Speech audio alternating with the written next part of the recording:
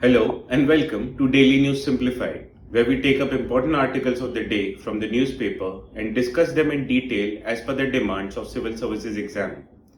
Articles covered today are displayed on your screen and their notes in PDF and Word format are provided in the description box down below. Without further ado, let us begin. Now starting off with the first article of the day, which appeared on page 12 of today's Hindu newspaper. According to this article, the Standing Committee of Parliament on Chemicals and Fertilizers, it published two reports.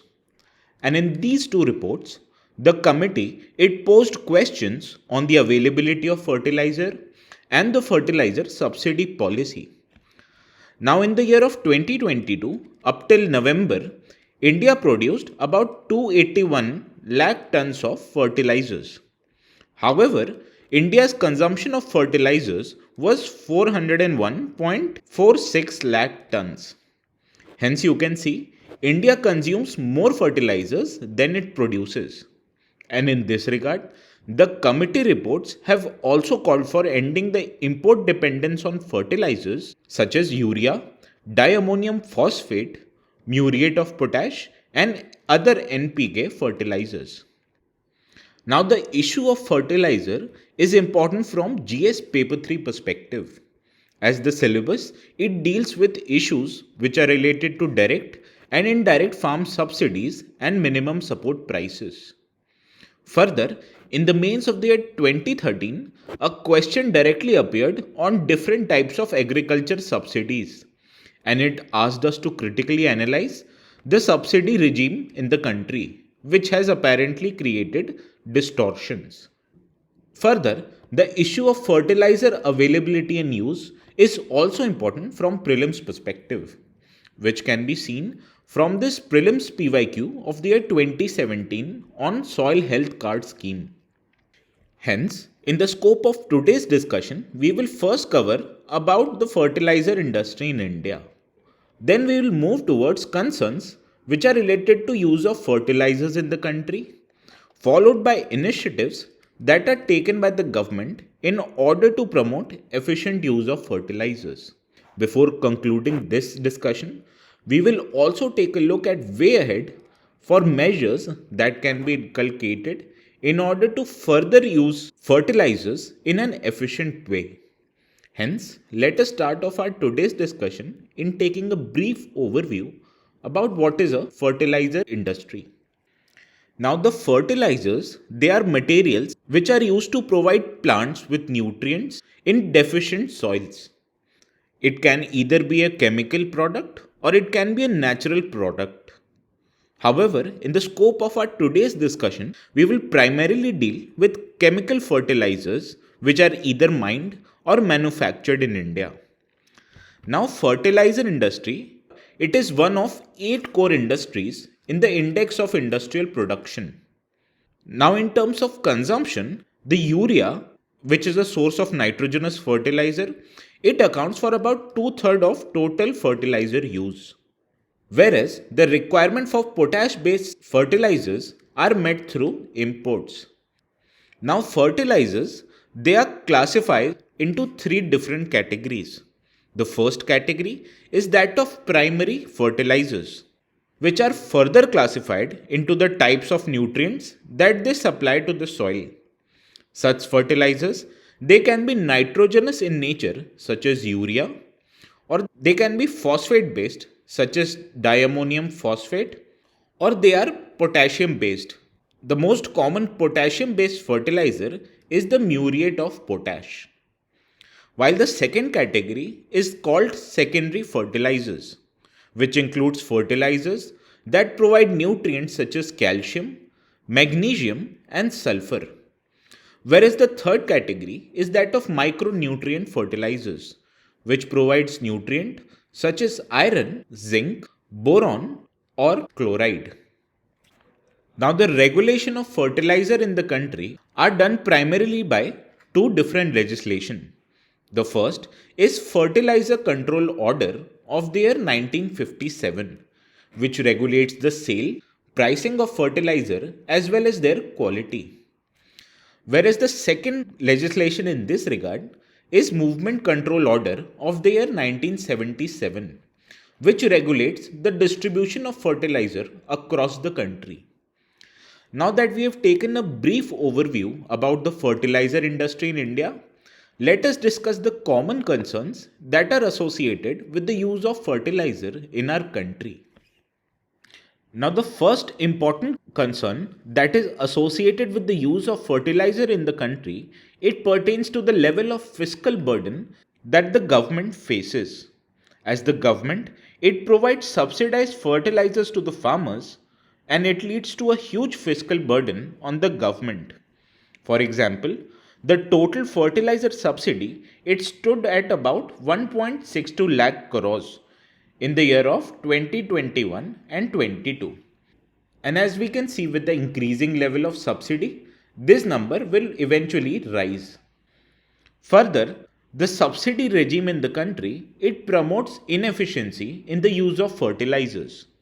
As the subsidy, which is received by the firm which produces the fertilizer, it is determined by its production cost, which means the greater the production cost, larger is the subsidy which the company eventually gets. And hence, as a consequence, inefficient firms who have high production costs, they survive and it indirectly disincentivizes reducing the production cost of fertilizers. Further, India faces a huge import dependency for meeting the domestic needs of fertilizer consumption. As India, it is one of the top importers of urea in the world. Further, India also imports about 7 million tons of diammonium phosphate every year. Also, the complete requirement of muriate of potash in the country is met through imports. Hence, you can see that India is majorly dependent on imports to meet its domestic demand. Further, there has been limited awareness with the use of fertilizer in the country. And this is because lack of soil testing facilities and scientific application of fertilizers along with lack of awareness with respect to balanced use of nutrients, and this leads to indiscriminate use of fertilizers.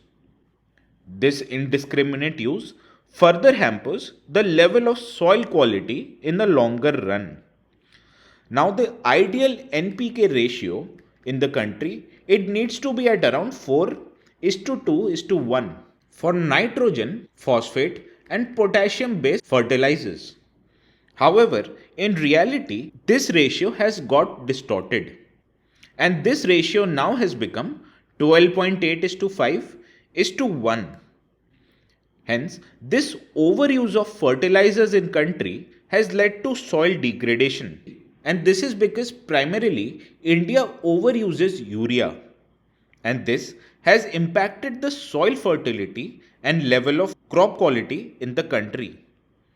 Further, this excess use of fertilizers in a country has led to severe environmental pollution, as excessive use of fertilizers which contain substances such as nitrates, phosphates, they contribute to a process known as eutrophication, which further leads to algal bloom in a water body.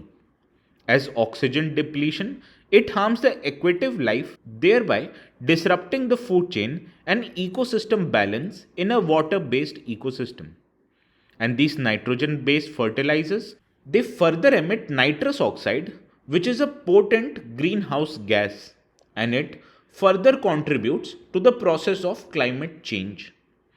Further, excessive use of fertilizers also has a detrimental effect on the human health.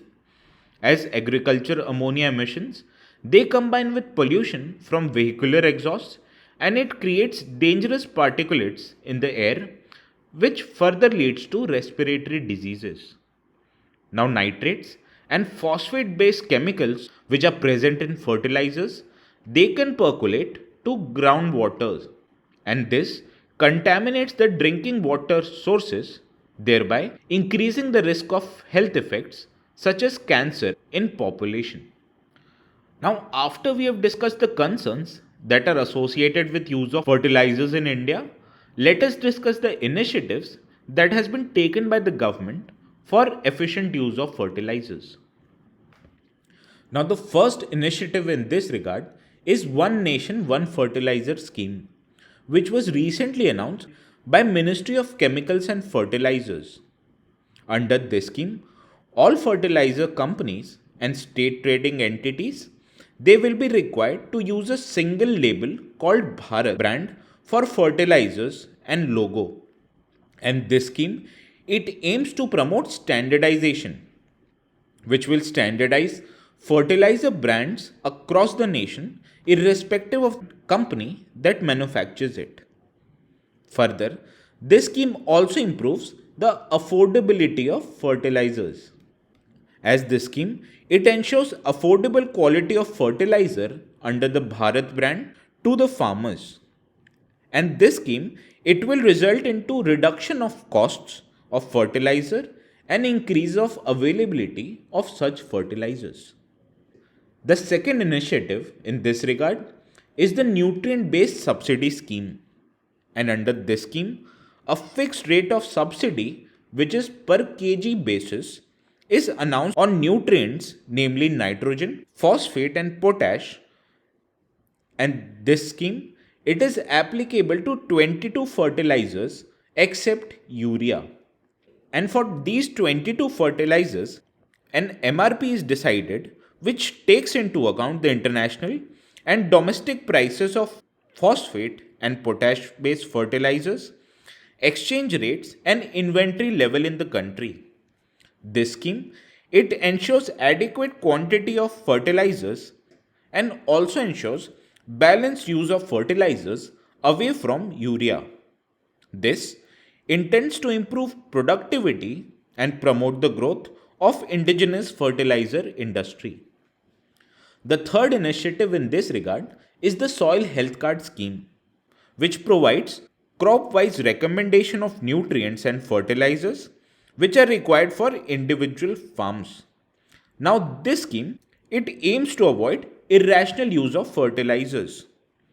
And as the time progresses, the coverage of soil health cards in the country has improved, as currently about 22.5 crore of soil health cards they have been distributed, and this has enhanced the crop yield and decreased the use of fertilizers by 8 to 10%. Also, previously, the government has promoted the use of neem coated urea. As the government, it has made mandatory for 100% production of neem based urea. And the benefits of such a move, it includes slowing down the dissolution of urea into the soil, which leads to less urea requirement, and it further aims to stop the illegal diversion of urea for non-agriculture usage. The fifth initiative in this regard is the PM Pranam Yojana, which means Pradhan Mantri Program for Restoration, Awareness Generation, Nourishment and Amelioration of Mother Earth. And this initiative was announced in the budget of 2023 and 24. This initiative, it aims to incentivize states and union territories to promote use of alternate fertilizers and also promote the balanced use of chemical fertilizers. Further, government also introduced the sulfur coated urea, which is also known as urea gold. This aims to address the sulfur deficiency in Indian soils and save the input cost for farmers. As urea gold, it is more economical in nature and also it is more efficient than neem coated ureas. Further, government recently it launched a product called nano urea, which was done by the Indian Farmer Fertilizer Cooperative, also known as IFCO. And this nano based urea, it intends to reduce the amount of urea consumption in the country by improving the use efficiency of urea.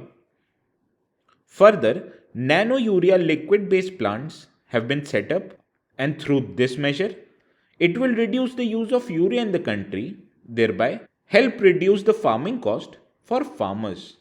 This will further help increase the farm income. Now, after we've discussed the initiatives for efficient use of fertilizers, let us discuss a way ahead for measures that can be further taken in order to improve the efficiency of fertilizer use in the country. The first suggestion in this regard is to improve the fertilizer efficiency of Indian fertilizers. As India, it needs to pay attention for improving fertilizer efficiency through need-based use. And the recently developed nano urea, it has shown a promising result in this regard, which has helped reduce the usage of urea. And hence, such products they need to be promoted further after required testing. Also, there is a need to promote local production of fertilizer in the country. And in this regard, the government can encourage the establishment of production units, which will then decrease our reliance on imports. Further, there is a need to lower the import duty that are available on raw products such as phosphoric acid and ammonia. Further, there is a need to improve soil sustainability. And in this regard, the government it can promote the use of bio and organic fertilizer and incentivize the farmers to shift away from chemical fertilizers to more environmental friendly fertilizers. Further, there is a need to provide access to affordable soil testing facilities, which will then encourage farmers to regularly test their soils in order to determine the adequate nutrient levels, and it will further rationalize the use of fertilizers accordingly. Also, there is an immediate need to conduct awareness campaigns, which will then educate farmers on appropriate fertilizer use, and it will also help them know about negative environmental impacts on overuse of fertilizers. Further, this will also help promote sustainable agriculture practices. Hence, in this regard, there is a need to improve research and developmental activities in the country, which will then help develop fertilizer delivery systems that promote fertilizer efficiency and slow release of fertilizers in order to improve nutrient use efficiency. Hence, by improving fertilizer efficiency by promoting products such as nano urea, promoting local production, promoting local production of fertilizers, encouraging farmers to move away from chemical fertilizers to a more sustainable bio and organic fertilizers, providing farmers with affordable soil testing facilities, conducting awareness campaigns, and improving the research and developmental activities in the fertilizer sector, it will help promote efficient use of fertilizers in the country. And in this regard, this was all for today's discussion on fertilizer industry. Now moving on to the second article which appeared on page 12 of today's Hindu newspaper. This article reports that the Comptroller and Auditor General, that is CAG, in its performance audit report, it exposed multiple frauds on PM Jan Arogya Yojana, that is also known as PMJAY Yojana. And these frauds, they pertain to provision of treatment for patients who have already been dead, as well as use of same Aadhaar and mobile number for thousands of people. This topic is important from GS Paper 2 perspective, as it highlights issues relating to development and management of social sector services such as regarding health. Further, the topic of health is important from mains perspective, which can be seen from this PYQ of the year 2018 on appropriate local community level healthcare intervention, which is required for Health for All initiative. Also, the topic of Ayushman Bharat, it is important from prelims perspective, which is apparent from this PYQ of the year 2022 on Ayushman Bharat Digital Mission. Hence, in the scope of our today's discussion on Ayushman Bharat Jan Arogya Yojana, we will first cover key features of PMJAY initiative. Further, we will also discuss the significance of PMJAY Yojana on the healthcare sector of our country. However, we will also discuss the issues that are related to PMJAY Yojana and its implementation. Before concluding, we will also discuss a suggestive way forward which can be undertaken in order to improve the implementation of PMJAY Yojana. Hence, let us start off our today's discussion about knowing what is an Ayushman Bharat initiative and PMJAY Yojana. Now, Ayushman Bharat initiative, it is a flagship scheme of Government of India, which was launched on recommendation of National Health Policy of the year 2017. This Yojana, it aims to achieve the vision of universal healthcare as well as it is designed to meet the targets of sustainable developmental goals. And this scheme, it has an underlying commitment which is to leave no one behind. Now, Ayushman Bharat initiative, it is an attempt to move away from sectoral and segmented approach towards health service delivery. And it aims to move towards a more comprehensive need-based healthcare services. This scheme, it aims to undertake path-breaking interventions in order to holistically address the healthcare system of our country. And this is done at a primary healthcare level as well as secondary level and tertiary level. Now, Ayushman Bharat initiative, it adopts a continuum of care approach and it comprises of two interrelated components. The first component is health and wellness centers. As Government of India, it announced the creation of 1.5 lakh health and wellness centers, which will be done by transforming the existing sub-centers and primary healthcare centers. Further, these centers, they aim to deliver a comprehensive primary healthcare, which will then bring healthcare closer to the homes of people. Further, it emphasizes on health promotion and prevention, as this scheme, it is designed to bring focus on keeping people healthy by engaging and empowering individuals and communities to choose a healthy behavior. The second component is that of PM Jan Arogya Yojana, also popularly known as PMJAY. And this is the topic of our today's discussion. Now, before moving forward, let us discuss the key features of PMJAY Yojana. Now, this Pradhan Mantri Jan Arogya Yojana, it is the world's largest health insurance or health assurance scheme. And this scheme is fully financed by the government. And the cost of implementation, it is shared between center and state governments. Further, this scheme provides a coverage of rupees 5 lakh for an entire family on a per year basis for secondary and tertiary care hospitalization, which is provided to them across public and private impaneled hospitals in India. And these benefits, it is provided to 12 crore poor and vulnerable entitled families, which constitutes to about 55 crore beneficiaries. And these beneficiaries, they form bottom 40% of our Indian population. These 12 crore poor and vulnerable households are identified based on deprivation and occupational criteria on socioeconomic caste census of the year 2011. Further, the PMJAY initiative, it provides cashless access to healthcare services for the beneficiary at the point of service, that is, the hospital. Further, this PMJAY initiative, it helps mitigate catastrophic expenditures on medical treatment, which has previously pushed nearly 6 crore Indians on the brink of poverty. Also, this scheme covers up to 3 days of pre-hospitalization as well as 15 days of post-hospitalization expenses, which can be incurred in case of diagnostics and medicines.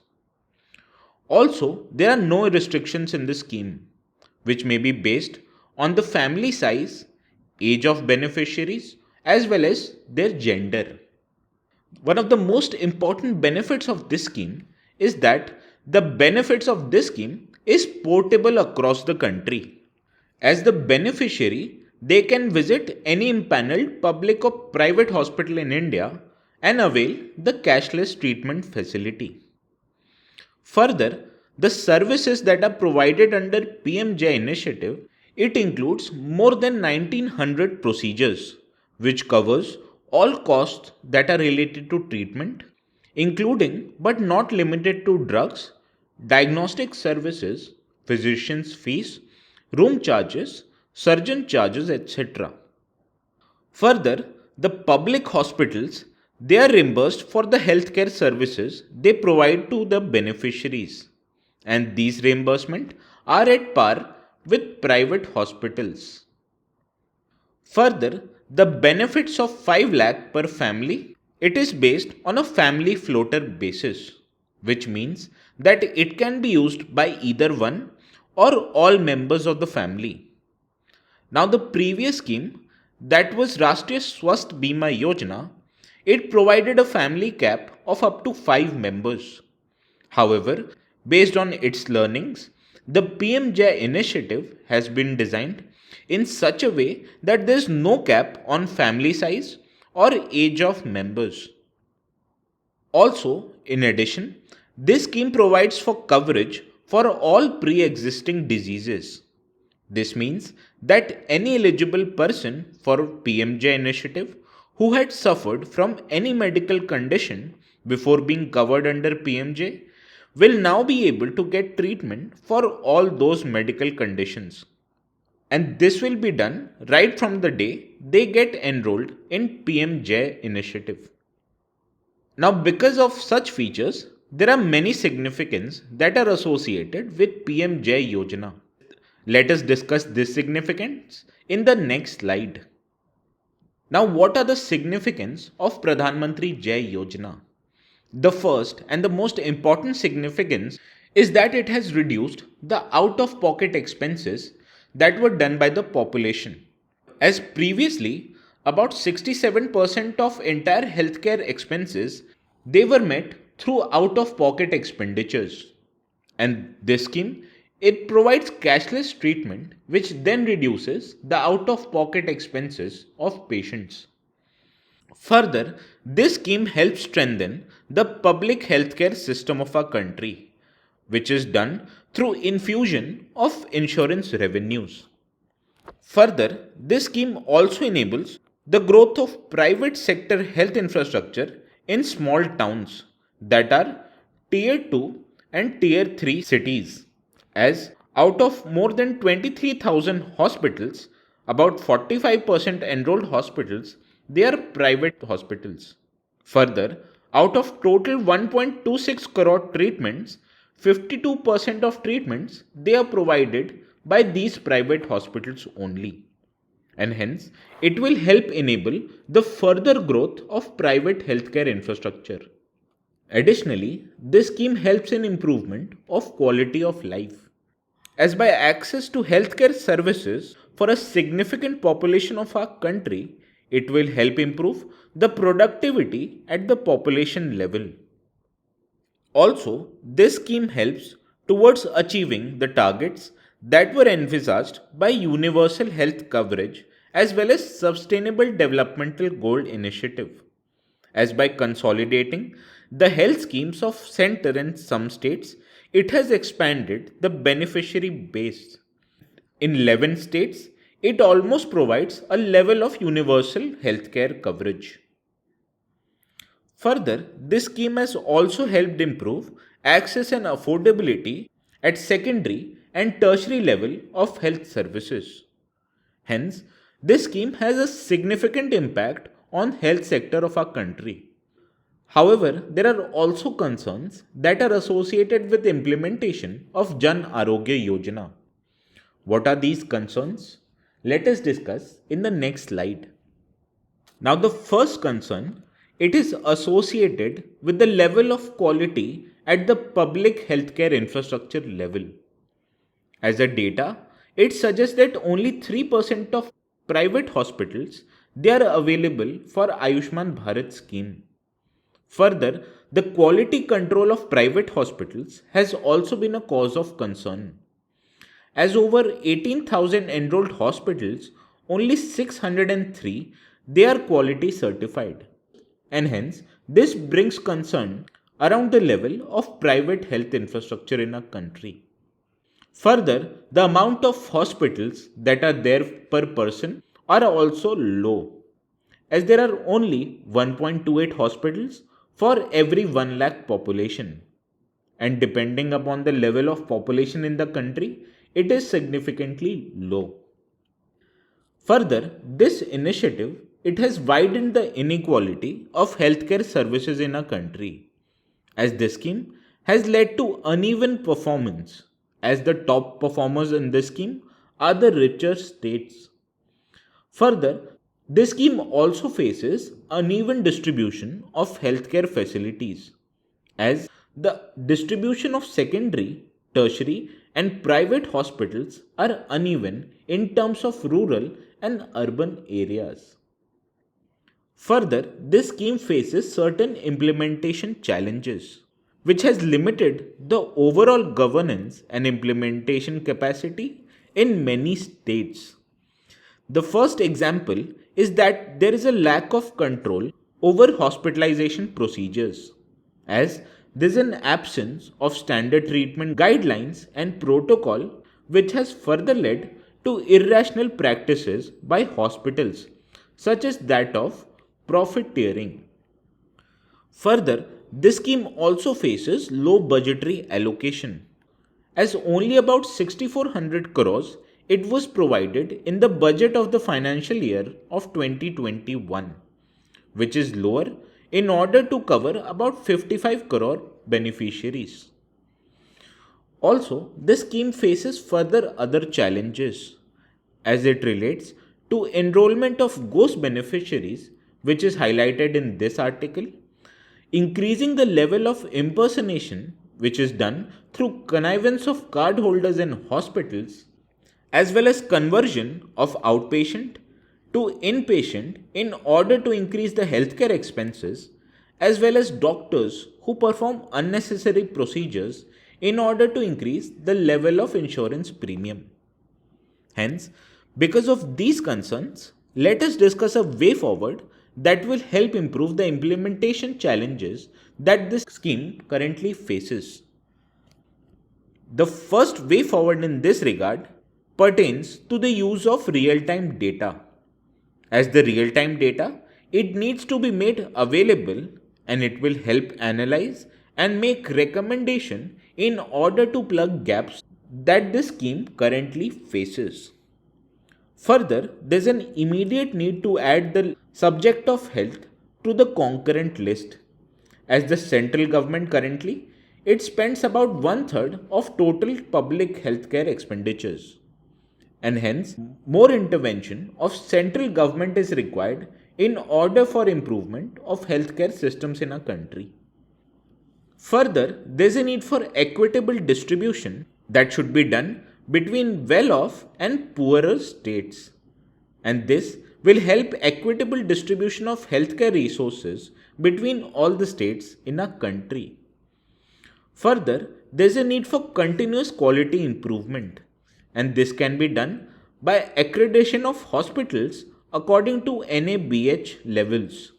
Hence, by making the real-time data available, adding health to the concurrent list, providing for equitable distribution of healthcare infrastructure, and continuous quality improvement of existing infrastructure, we can help envisage the level of quality treatment that was originally provided in the Jan Arogya Yojana, and it will also improve the level of healthcare systems in our country.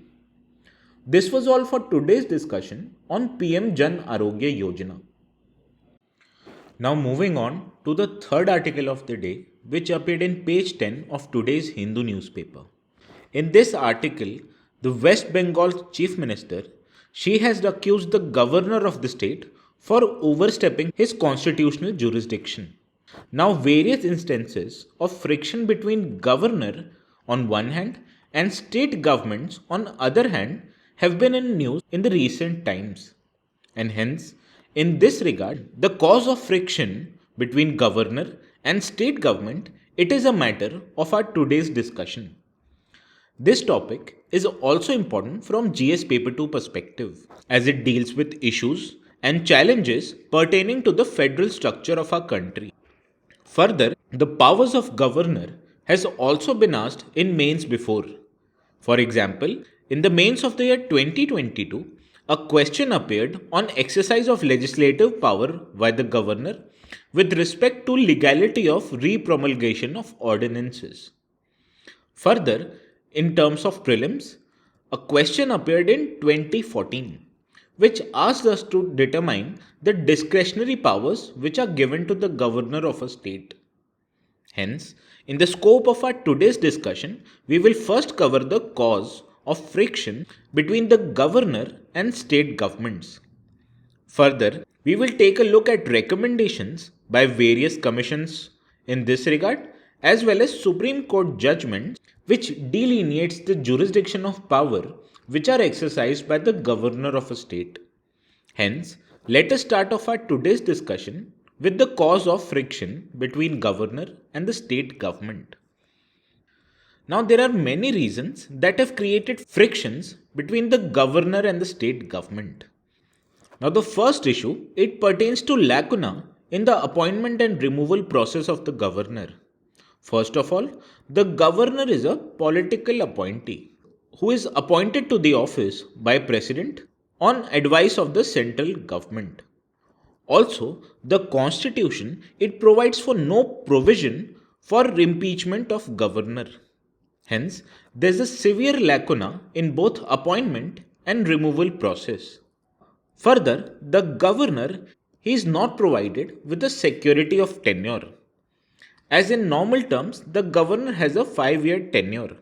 However, he can be removed by president at any time of his choice. Hence, there has been a lack of security of governor as many governors they have been removed before the completion of their 5-year term. Additionally, the constitution it provides for no time limit for granting assent to state bills by the governor. The Supreme Court it held in Purushottam versus State of Kerala case that under Article 200 of Constitution there has been no time limit for granting the assent of the bill. Hence, the Constitution it lacks guidance in matters whether the governor should accord or withhold his assent with respect to state bills. And this ambiguity is then utilized by governor to pocket the state bills. Further, the governor has the power to withhold the assent of state bills. However, since the governor is not elected, his power to undo the will of the legislature by just withholding his assent has raised the concern with respect to legitimacy of such decisions. Additionally, no court is entitled to go into the jurisdiction of such withholding. Hence, it goes against the notion of constitutional democracy. Further, there has been lack of guidelines with respect to exercise of powers by the governor. As in the constitution, there are no guidelines for exercise of governor's power, which includes appointing of CM or dissolving of the assembly. And thus, the governors they have been accused of acting on behest of the central government and be a part of partisan politics in the state. Further, there has been absence of mechanisms in order to resolve differences that occur between state governments and governor, as there has been no provision which has been laid down regarding how the governor and state must engage publicly, especially when there is a difference of opinion between the two. The recent examples of Tamil Nadu as well as West Bengal, they highlight these differences. Now, because of the existence of such frictions, the working of state politics it gets affected. Hence, in this regard, various commissions they have given such suggestions. Let us look at these suggestions in the next slide. The first suggestion regarding improvement of working between the governor of the state on one hand and the state government on another, it comes from Sarkaria Commission. Now the Sarkaria Commission, it recommended that the procedure for consulting the Chief Minister before appointment of the state governor, it should be proscribed in the constitution itself. Further, the commission also recommended that the governor's term of 5 years should not be disturbed except in situations when there are extremely compelling reasons. Further, the governor of the state, he cannot dismiss the council of ministers at will as long as the council of ministers, they command majority in the floor of the house. The second recommendation for improvement of working of state politics, it comes from Punchi Commission. Now the commission, it held that the governor's term of 5 years, it should be fixed and the removal of governors should not be at the will of central government. Further, the procedure should be laid down for impeachment of the governor on similar lines to that of President of India. Hence, by introducing the process of impeachment for governor, the process for his removal will prove to be difficult. Further, the exercise of discretionary power by the governor should be dictated by reason, activated by good faith, and tempered with caution. Hence, the commission, it favored the fewer exercise of discretionary power by the governor. Further, the commission also held that with respect to state bills, the governor, he should take the decision within a span of 6 months on whether he wants to give the assent or reserve the bill for consideration of the president himself. Now the third recommendation for improvement of state politics, it came from National Commission to review the working of the constitution, also known as NCRWC. The first recommendation that the commission held was that the president should appoint the governor only after consulting the CM. Further, the questions regarding the Council of Ministers, whether they have lost confidence of the House, should only be determined in the floor of the House and not in any other place.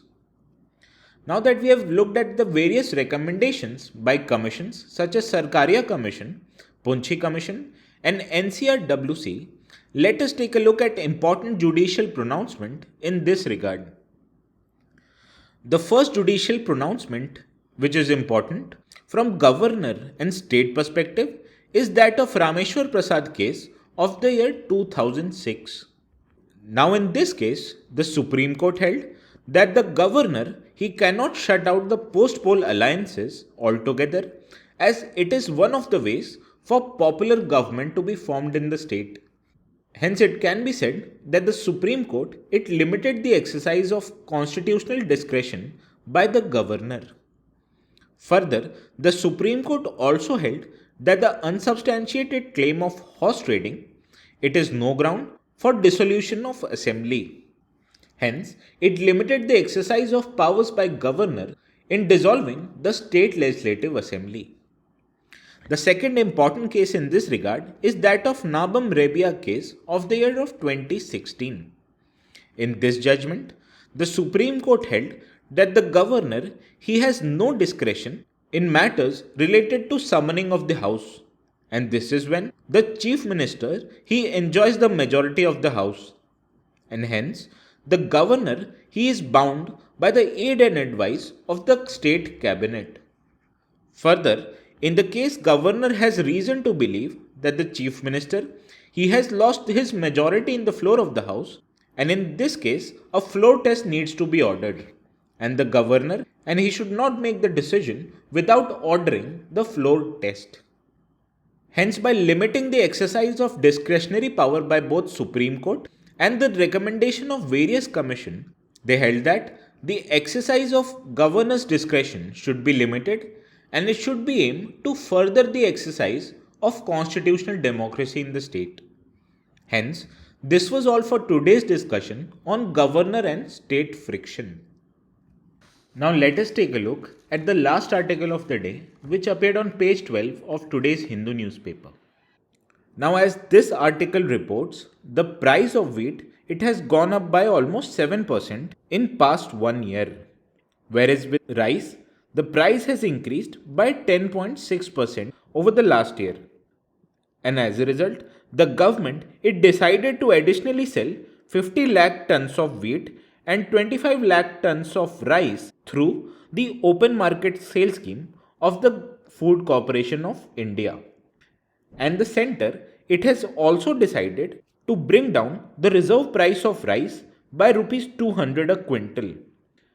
The cost of this reduction will then be adjusted from the Price Stabilisation Fund of Department of Consumer Affairs. Now this topic is important from GS Paper 3 perspective as it deals with public distribution systems objectives, functioning and limitation as well as issues which are related to buffer stock and food security. Further, this topic is also important from mains perspective, which can be seen from this PYQ of the year 2022 on public distribution system. Further, in the year of 2019, a question appeared in prelims exam, and this question was related to economic cost of food grains to Food Corporation of India. Now this article deals primarily with two different schemes. The first is open market sale scheme, and this scheme has been covered in detail. Hence, after this video, you can take a look at DNSs on 5th and 8th of July for open market scale scheme. This article also deals with Price Stabilisation Fund, and this fund is the topic of our today's discussion. Hence, let us talk about what is a Price Stabilisation Fund. Now the Price Stabilisation Fund, it was set up in order to regulate the price volatility of important agricultural and horticultural commodities. This fund was set up under the Department of Agriculture, Cooperation and Farmers Welfare in the financial year of 2014 and 15. However, with effect from 1st of April of the year 2016, this fund was then transferred to Department of Consumer Affairs under the Ministry of Consumer Affairs. Now this scheme, it provides for maintenance of a strategic buffer. This strategic buffer would consist of agriculture commodities. And commodities from this buffer will subsequently be subjected to a form of calibrated release in the open market. And this release will be done in order to moderate the price volatility of such commodities. Further, such maintenance of buffer stock with the government, it will also discourage hoarding of agricultural commodities in addition to disincentivize unscrupulous speculation. Further, the government maintains buffer stock of such commodities through two processes. First, the scheme promotes direct purchase of agriculture commodities from farmers and farmers association, and this is done at farm gates or mandis etc. Apart from domestic procurement from farmers and wholesale mandis, this buffer stock it can also be replenished through imports that can be done through utilization of Price Stabilisation Fund. Now this Price Stabilisation Fund it is utilized to grant interest-free advance of working capital to both central agencies as well as agencies of state and union territory governments. Now this Price Stabilisation Fund, it is primarily utilized towards building of buffer stocks of pulses, onion, potatoes. Additionally, this Price Stabilisation Fund has also been used for import of tur dals from other countries. Also, this fund has been utilized to provide financial assistance to state governments such as that of West Bengal, Andhra Pradesh as well as Telangana for setting up of state level price stabilization funds. Hence, this was all for today's discussion on Price Stabilisation Fund.